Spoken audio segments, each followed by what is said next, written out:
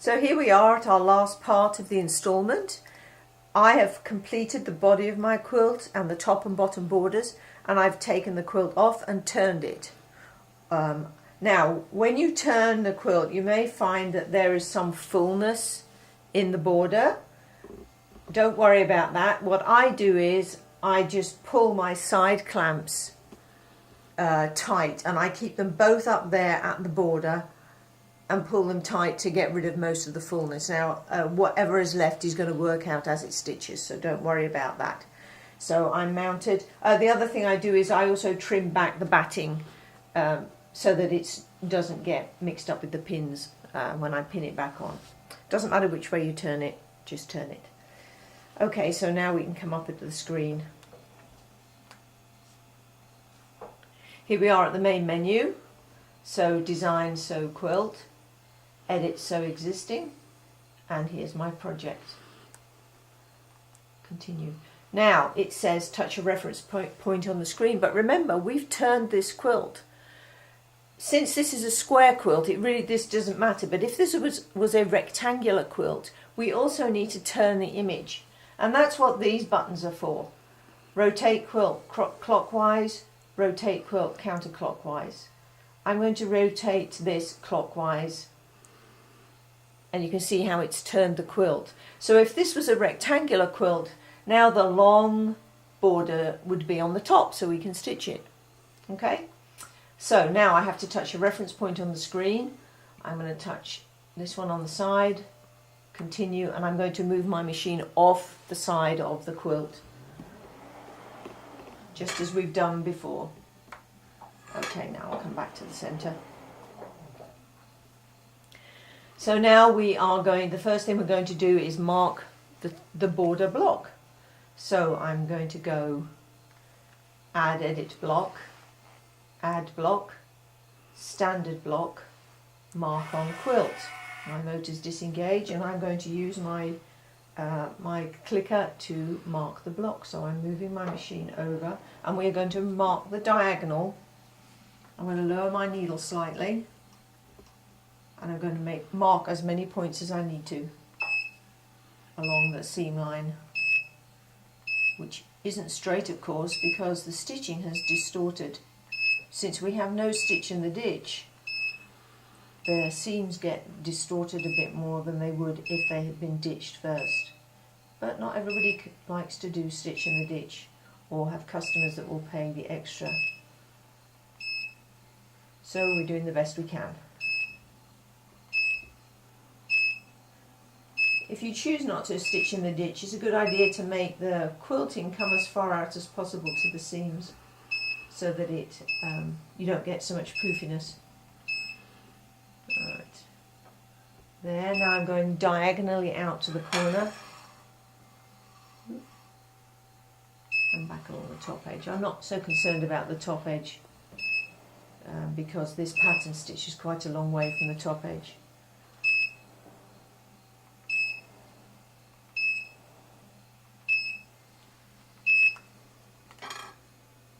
Now at this point I could touch the button that says close block on the screen, or I can come back to the start. Okay, finished. So I'll move my machine back to the middle so the camera can see it better. Okay, now we are going to add the border pattern. So add edit pattern, copy pattern, and I'm going to zoom out so I can see the whole thing. Now remember, we've got not only the feather pattern but the two cornerstone hearts to stitch as well. So I am going to select both the hearts and the feathers to copy. Select the patterns to copy by touching one of their points. Let's zoom in a little bit. That's a bit too small. There we go. This one, this one, this one, this one. Continue. There's the copy. Move it over here. I'm going to pan over, turn zoom off, and I'm going to zoom in to the center, which is what I'm concerned with to begin with, because I want to get the center of the pattern over the center of the block. Now it's too close to the outside edge, so I'm just going to tap the down arrow to bring it down into position. I like tapping because it keeps it going absolutely straight. If I tried to drag it with a stylus, it would go sideways as well, and I don't want that to happen. So I'm coming down. Now let's go true size, because I want to use the measure tool to measure the distance. Get this. Come on, measure. Gosh. It's always hard. Turn it on again. Measure on. Can't grab it today. Let's turn the grid on instead. Sometimes I can grab it very easily and other times I can't. I'm remembering that this pattern needs to be about 1/4 of an inch away from the seam line, and so I'm looking very closely. It's kind of hard to see the... let's do my grid lines again. Grid on. That's 1/2 inch, that's 1/4. Okay, I'm just making sure I was looking at the right lines. And I see it's a little closer than the 1/4 inch there, but it's 1/4 inch there. So that's good. Let's turn the grid off. Okay, so at this point now, I am going to pan along, and I'm looking, and I can see the seam line wavers a bit here, and a bit there. I may need to adjust the pattern or not. Well, what I'm concerned with now is the ends, and I can see I'm overlapping that diagonal line there, so that side needs adjusting. But before I do that, I'm going to zoom across to the other end, just pan across, and it's across there too. So what I'm going to do first is alter the width of this pattern, not using stretch, because stretch will change the whole scale. I'm just going to use width, and I will tap, tap, tap until it gets down there. Okay, that's where I want it, but I need to look at the other end. So all I'm looking at is this right now. Right, I'm going to pan across to the other end. Okay, this side is a long way away, so I'm going to increase the width. Let's pan across to the other end. Have a look at that one. Okay, I'm going to have to alter each half separately. So let's zoom out, because I want the middle to stay where it is. Let's zoom out. Okay, let's turn zoom off. So I'm going to use select. I'm going to touch this pattern, and only that one, not the heart yet. Continue, and I'm going to use stretch this time. I'm going to anchor this point. I'm going to zoom in over here, and I'm going to grab this reference point and just move the pattern over until it's touching the diagonal line. Alright, let's zoom out again. Okay, let's do this side this time. So I'm going to hit select, continue, I'm going to use stretch, I'm going to anchor that point that's in the center. I don't want that to move. Let's zoom in. I'm going to grab this point, and I'm going to just stretch that out until that touches the diagonal. Okay, now then, let's pan along looking at the space here between the seam line and the pattern. Okay, my seam line wavers a bit, but the pattern doesn't look too bad. There I need to alter it a little bit. That was too much. There I do too. So let's go select, because I want to alter this pattern. It's only the red one that is altered. Continue, and I'm going to go here to find shapeshift. My shapeshift effect circle size is 6 inches. That's too much. Let's put it down. Let's put it down to 3 inches. That's a bit better. Okay, let's pan the pattern where I need to change it, and I think I'll bring this down a little bit. So turn zoom off, touch my effect circle, wait for it to turn green, and then I can drag the pattern out. Right? Pan over. That's okay. I think this needs to go up a little bit. Wait for it to turn green, push it up a little bit. Pan over. That's okay. Okay, this needs to come down a bit, so zoom off, touch the centre of the effect circle, wait for it to turn green, drag out the pattern. Okay, pan over, again, this one.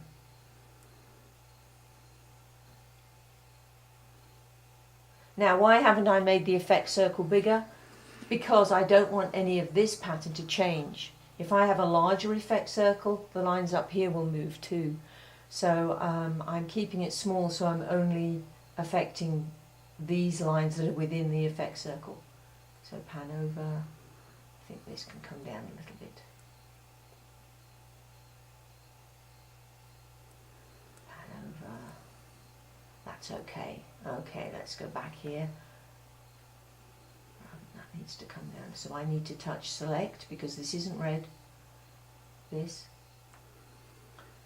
Okay, let's pan over a bit more. Zoom off.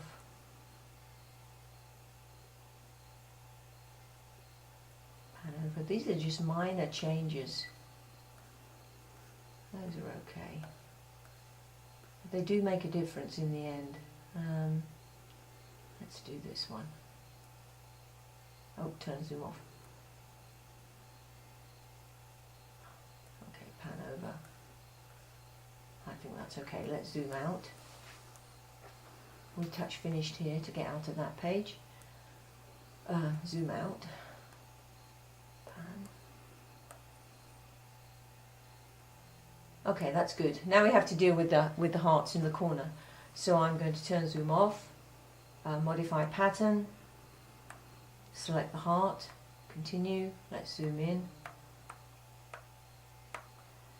and I am going to move it, turn zoom off, I'm going to move it so that it's on the line like that. I'm going to zoom, pan over to the other end.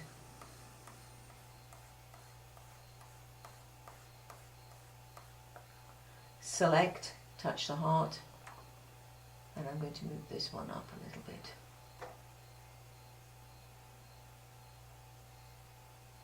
Well, that one needs rotating ever so slightly because I'm looking here. So let's try 1 degree of rotation. Let's try that. Okay. So now, but what about the other pattern? I've got to make sure that that heart isn't going to stitch over the pattern that I've already stitched. So I'm going to hit finished here. I'm going to, I need to see my crosshairs. So let's go, do I have a crosshair there? No. Let's see. Do my crosshairs show there? No, stay where you are. Okay, yes they do. Okay. So when you touch modify pattern, the crosshairs will be there. I am going to move over to the left now. And I will pan over to the left hand end of my pattern. Okay, with my heart on the screen, I'm just going to place my needle over the already stitched feather to see, okay, it's there. And I'm going to trace around that stitched line to see if I need to alter it. Need to alter where that heart is. This is what I'm most concerned with, is this. That should actually, this is where that the feather ends of the previous feather that I've stitched, and really it should be matching here. I don't think that's enough difference. Let's go true size. Okay, that's not enough difference for me to worry about. If it had, if it was up here, then I would alter this pattern so that it would match. I'm not worried about that. Let's, and I'll do the same thing at the other end, so you see how to place it. So then at this point, I will go zoom out. Okay, I'm not going to check the other end, but you will do that. You place your needle over your stitching and check that that heart isn't going to stitch out over your already stitched feather on the side of your quilt. Okay, so now how are we going to sew this? We are going to do it just as we did before. We'll start in the middle, sew out here, and then do the heart. and then I'll start in the middle here, go out and then do the heart. All right. Now, look at that when you've stitched it, because if doing it that way, you've discovered that this has pulled in the fabric, which meant the heart has come over a bit more and you don't like the way it's stitched next to the other one, then you can either then decide, well, I'm going to stitch the hearts first and then the middle, or just stitch the middle, then stop, go back and check, create a block in the corner, tracing the outline of your stitching there and the outline of the stitching here and the edge of the quilt, and then place your heart and see if that is better. This I think will work fine, starting in the middle, going out to the heart. But those kinds of things vary from quilt to quilt in how the quilt is going to move when you stitch it. Okay, so go ahead and stitch that out and then advance your quilt and do exactly the same with the bottom border. All right, have fun. That's it. That's the end of the project.